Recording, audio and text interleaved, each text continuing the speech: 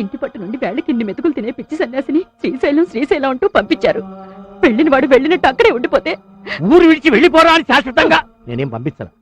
ఊరు మార్పిడి చేస్తే ఈ వాతావరణానికి దూరంగా ఉంటాడని, వాడి ఉడుకు రక్తం వేడి కాస్త తగ్గుతుందని పంపించానే. ఏమో వెళ్ళేటప్పుడు వాడి వాలకం చూస్తే తిరిగి వచ్చే సూచనలేవి కనబడలేదు నా కంటికి. వాడు వెళ్లే ముందే ఏడుపు నా ముందే చుంటే వాడికి ఏదో చెప్పేవాడిని కదా. మీ దగ్గర గట్టిగా నవ్వడానికే భయపడి చేస్తుంటే ఇంకా ఏంటి సాధించడం కూడాను. అంటే ఏమిటి? వాడు వెళ్ళేటప్పుడు మనసు చాలా బాధ పెట్టుకుని వెళ్ళాడంటావా? అబ్బే లేదండి, మా నాన్నగారు చివాట్లాభిషేకం చేసి పంపిస్తున్నారని గోదావరిలో పొంగుతూ వెళ్ళాడు. నాన్నగారు మీకు పక్క విషయాన్ని వచ్చి పడుకుంటారా? మీ అన్నయ్య నిజంగానే బాధపడుతూ వెళ్ళాడమ్మా? చాలా బాధపడుతూ వెళ్ళాడు నాన్న. ఎప్పుడు కనికరం చూపిస్తారు, ఎప్పుడు కసమంటారో అర్థం చేసుకోలేకపోతున్నానంటూ పదే పదే ఏడుస్తూ వెళ్ళాడు నాన్న.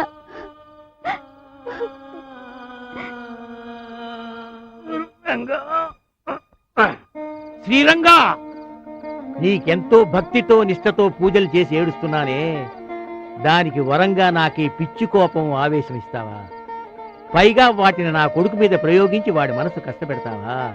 ఇదిగో 24 గంటల లోపల నా కొడుకు తిరిగి రాకపోతే నీకు అర్చనలు లేవు, కీర్తనలు లేవు. మానస సంచరరే మానస సంచరరే బ్రహ్మణి మానస సంచరరే.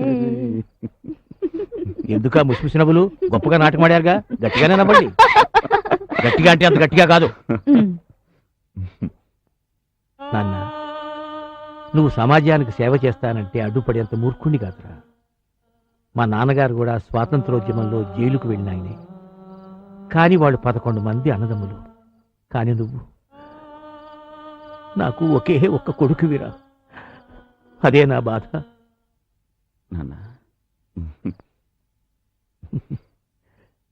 మానస సంచరరే బ్రహ్మణి మానస సంచరరే. ఇదిగో కామేశం, నీ అసలు వడ్డీ. నా నెక్లెస్ దాని బిడ్డని ఇస్తే నేను వెళ్ళిపోతా. ఇంకెక్కడ నెక్లెస్? నేను రాత్రే కడుపులో బిడ్డ అడ్డం తిరిగి డెలివరీ అవ్వలేక తల్లి బిడ్డ 2 చచ్చాయి. పంతులు చచ్చాయా? కొన్ని శవాలన్నా ఇచ్చేయి. ఇంకెక్కడ శవాలు పంతులు? నువ్వు ప్యాకెట్ లో బిజీగా ఉంటావని దాన సంస్కారాలు నేనే చేసేది. ఇదిగో బూడిద, గోదాట్లో కలుపుకో. ఇది అన్యాయం కామేశం, నా నోట్లో బూడిది కొట్టే కదయ్యా. ఇదిగో బాబు, మీరన్నా నాకు కాస్త న్యాయం జరిపించండి అయ్యా. పంతులు, గంగాళానికి పుట్టిన పిల్లలు పట్టుకెళ్ళమంటే పట్టుకెళ్ళావు కదా. పట్టుకెళ్ళా. మరి చచ్చిపోయిన నెక్లెస్ బూడిద పట్టుకెళ్ళమంటే తప్పేంటి? బుద్ధి గడ్డి తిని నా నెక్లెస్ తాకట్టు పెట్టా. ఇక జన్మలో ప్యాకాట ఆడను, తాకట్టు పెట్టను. ఇంటికెళ్తే నా భార్యకి ఏమైనా సమాధానం చెప్పాలో ఏమిటో. ప్రసాదం ప్రసాదం ప్రసాదం కావాలి, ఇంటికి పద చెప్తా.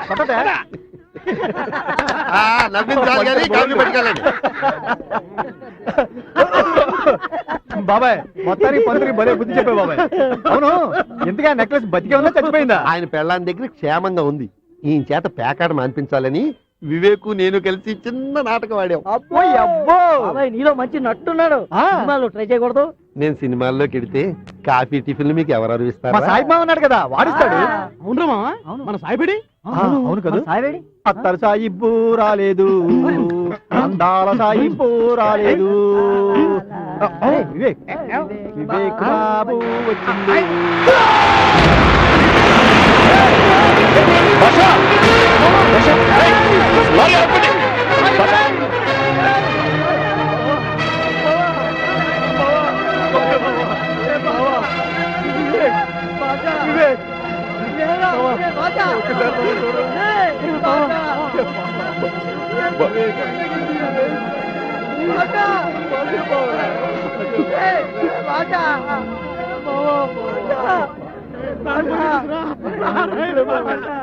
వెళ్ళిపోతున్నావా నేస్తం? తిరిగిరాని లోకాలకు తరలి వెళ్ళిపోతున్నావా? ఈ కసాయి లోకంలో కాలం చేయలేక కదిలిపోతున్నావా? వెళ్ళిపోతున్నావా నేస్తం? వెళ్ళిపోతున్నావా? అయిన వాళ్లకు అశ్రువులు మిగిల్చి కన్నవాళ్ల కన్నీళ్లు చూడలేక కాటికి పయనమవుతున్నావా నేస్తం? వెళ్ళిపోతున్నావా నేస్తం? తిరిగి రాని లోకాలకు తరలి వెళ్ళిపోతున్నావా? బతుకే భారమని తలచి నీ బరువును మాపై మోపి బయలుదేరి వెళ్ళిపోతున్నావా నేస్తం? బయలుదేరి వెళ్ళిపోతున్నావా? నమస్కారం. నమస్తే నమస్తే. What news? సార్, ఈ అమ్మాయి తెలుసే, పేరు రజ్వీనా బేగం, ఎంకామ్. మా ఆఫీసులోనే పనిచేస్తూ లారీ యాక్సిడెంట్ లో చనిపోయాడే మహమ్మద్ బాషా చెల్లెలు. ఆమె కరెక్ట్? Correct sir. సార్, వాళ్ళ అన్నయ్య ఉద్యోగం. అన్నయ్య ఉద్యోగాన్ని చెల్లెళ్ళకి ఇవ్వటం మామూలుగా కుదరదయ్యా. మీరే అలా అంటే ఎలా సార్? ఎలాగైనా మా అబ్బాయి ఉద్యోగం మా అమ్మాయికి ఇప్పించండి సార్. నా గురించి కొన్ని డీటెయిల్డ్ గా చెప్పాలమ్మా. నేను బిస్లరీ వాటర్ తాగలను, కానీ మామూలు వాటరే తాగుతాను. నా ఆఫీసుకి ఏసీ ఉంది, కానీ నేను మామూలు ఫ్యాన్ గాలే వాడతాను. ఊరెళ్తే రిజర్వేషన్ బోగీలో వెళ్ళను, మామూలు బోగీలోనే వెళ్తాను. నీకు మామూలుగా చెప్తే మామూలుగా అర్థమవుతుందని చెప్పానయ్యా. అర్థమైంది సార్. ఒక్క మామూలేంటి, మామూలుకెన్ని దశావతారాలున్నాయో కూడా తెలుసు సార్. ముడుపు, దక్షిణ, బరేబాగ్, తైలం, చదివింపు. మేత, తాంబూలం, బల్ల కింద చెయ్యి తడుపు, ఆమ్యామ్య. ఏ ఉద్యోగి ఏ భాషలో మాట్లాడినా ప్రభుత్వపు దృష్టిలో అది లంచం లంచం లంచం. అవునయ్యా, లంచమే. ఆ 3 లక్షలు కూడా లంచం ఇస్తే గాని మంచం ఎక్కననే నీలాంటి నీచులకు ఎలా బుద్ధి చెప్పాలో నాకు బాగా తెలుసురా. ఏమిటయా వదిలి ఏంటి కాలర్ పట్టుకుంటావేంటి? మామూలుగా చెప్పొచ్చుగా. మళ్ళీ మామూలు మాటెత్తావో నాలిక చీరేస్తా. వీడు మనిషిగా సార్, లంచానికి అలవాటు పడ్డ మృగం. నా భర్త పోతే ఆ ఉద్యోగం నాకు ఇవ్వడానికి లంచంగా నా మంగళసూత్రాలు లాక్కున్నాడు సార్. మా నాన్న ఉద్యోగం నాకు రావడం కోసం నా కిడ్నీ అమ్మి వీడికి లంచంగా ఇచ్చాను సార్. నీలాంటి లంచాల కోరు బతికుండకూడదు.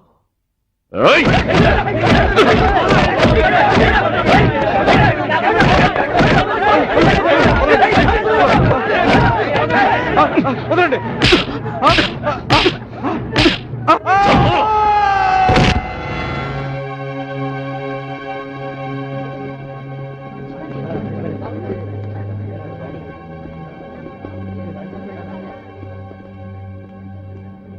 ఈ దరిద్రుడి పేడ విరగడైంది సార్. మీరు చేసింది హత్యగా సార్, లంచం అనే పద్ధతుల్లో ఉన్న రావణాసుడిని సంహరించారు. ఓ హిరణ్యాక్షుణ్ణి నరసింహస్వామి చంపితే అది హత్య కా సార్, లోక కళ్యాణం కోసం. నా కాళ్ళు ఇచ్చింది ఈ మేనేజర్గాడే సార్.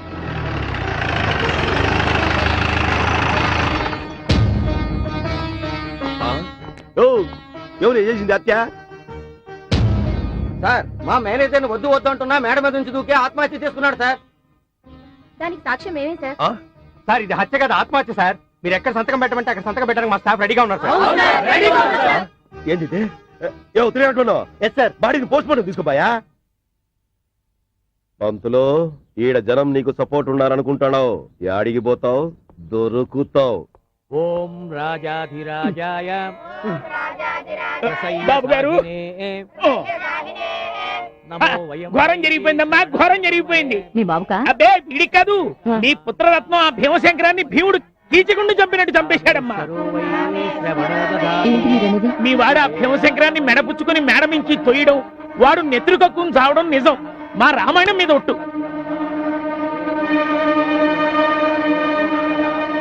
సాక్ష్యాధారాలు తారుమారు చేసి మీ వాడు పోలీసుల నుంచి బయటపడడం పచ్చి నిజం. ఆ భగవద్గీత మీద ఒట్టు. ఏమిటయ్యా ఇందాక నుంచి చూస్తున్నాను, చాలా అధిక ప్రసంగం చేస్తున్నావు. అయ్యా, మీ వాడికి వేదమే కాదు నరమేధం కూడా తెలుసుని నాకు ఇప్పుడే తెలిసింది. నా మీద ఒట్టు. అమ్మో, అతను వచ్చేస్తున్నాడు. ఇంకా నా బతుకు శ్రాద్ధానికి ఎక్కువ, తద్దినానికి తక్కువ అని ఇంకోసారి ప్రసాదం పేరెత్తితే చంపుతా. లోపలికి వచ్చే ముందు ఆ గోదాట్లో 3 సార్లు మునిగి మాకు తర్పణాలు కూడా విడిచి రాలేకపోయావా? ప్రతి మనిషికి 2 రకాల చావులుంటాయిరా.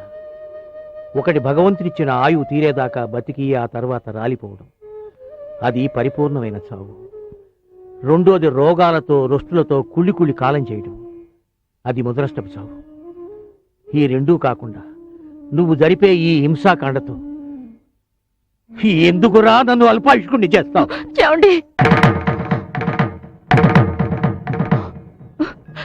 ఏమండి, ఈ రోజు శ్రావణ శుక్రవారం, భర్త నిండు 100 ఏళ్ళు జీవించాలని ప్రతి ఆడది కోరుకునే పుణ్యదినం. నీ కాళ్ళు పట్టుకుని వేడుకుంటున్నాను, ఇంకెప్పుడు ఇలాంటి అమంగళమైన మాటలు మాట్లాడకండి. వేళ కొడాలికైనా కూడా నన్ను మీ నుంచి దూరం చేయకండి. నేను కాదే చేస్తున్నది. అడ్డమైన వాళ్ళని నీ కొడుకు నరికేస్తుంటే రేపు మనడ్డు కూడా తొలగించుకోడనే నమ్మకం ఏముంది? అయ్యో లేదండి, వాడికి కాస్తంత ఆవేశం ఉంటే ఉండొచ్చు, కానీ వీళ్ళు చెప్పే కట్టుకథలు విని వాణ్ణి హంతకుడిగా చూడకండి. ఎంతైనా మన బిడ్డ కదండి. కట్టు కథో కాదు, నువ్వే అడిగి ఎంతవరకు మన బిడ్డో నువ్వే తేల్చుకో. చేరా, నువ్వు ఆయన ఎవరినో కొట్టి చంపావట, నిజమా? చెప్పరా, చెప్పకపోతే నన్ను చంపకు తినట్టే.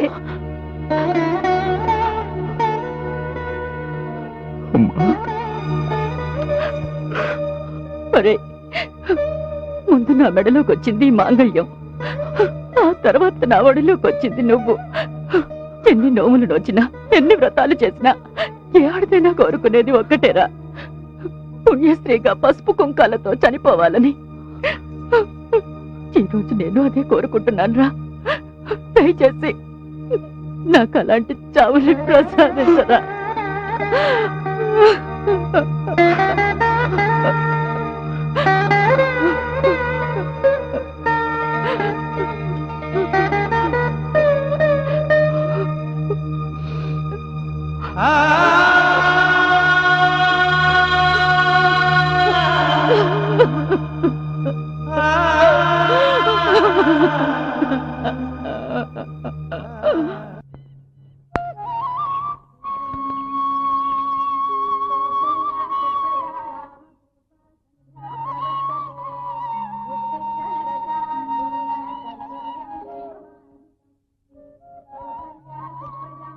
వివేక్, వివేక్, ఉం? ఏమిటయ్యా రాత్రంతా ఇక్కడే పడుకున్నావా? మళ్ళీ ఇంట్లో గొడవ? అర్థం చేసుకునే అమ్మ కూడా నన్ను అర్థం చేసుకోకుండా ఇంట్లోంచి వెళ్ళిపోమంది బాబాయ్. నాకు ఇప్పుడు ఎవ్వరూ లేరు, నేను ఒంటరి వాడిని అయిపోయాను. రేయ్, నువ్వంటారు వాడు వింటరా, నీకోసం ఎంతమంది వచ్చారో చూడు. వీళ్ళు ఎల్ఐసి వర్కర్ యూనియన్ మెంబర్. నాతో వీళ్ళకేంటి పని? మా యూనియన్ లీడర్ పోస్ట్ కి మీకొక్కరికి అర్హత ఉంది. మీరే మా లీడర్. అవును వివేక్, నీకు చదువు ఉంది, పరిస్థితులు తారుమారైతే తిరగబడే తత్వం ఉంది. సాటి వారి బాధను అర్థం చేసుకునే సమర్థత ఉంది, అవసరమైనప్పుడు తెగించే ధైర్యం ఉంది. నమ్మిన సిద్ధాంతం కోసం ఎంత దూరం అయినా వెళ్లే పట్టుదల ఉంది. నీకో గమ్యం ఉంది, లక్ష్యం ఉంది, ధ్యేయం ఉంది. ప్లీజ్ నన్ను ఇబ్బంది పెట్టకండి.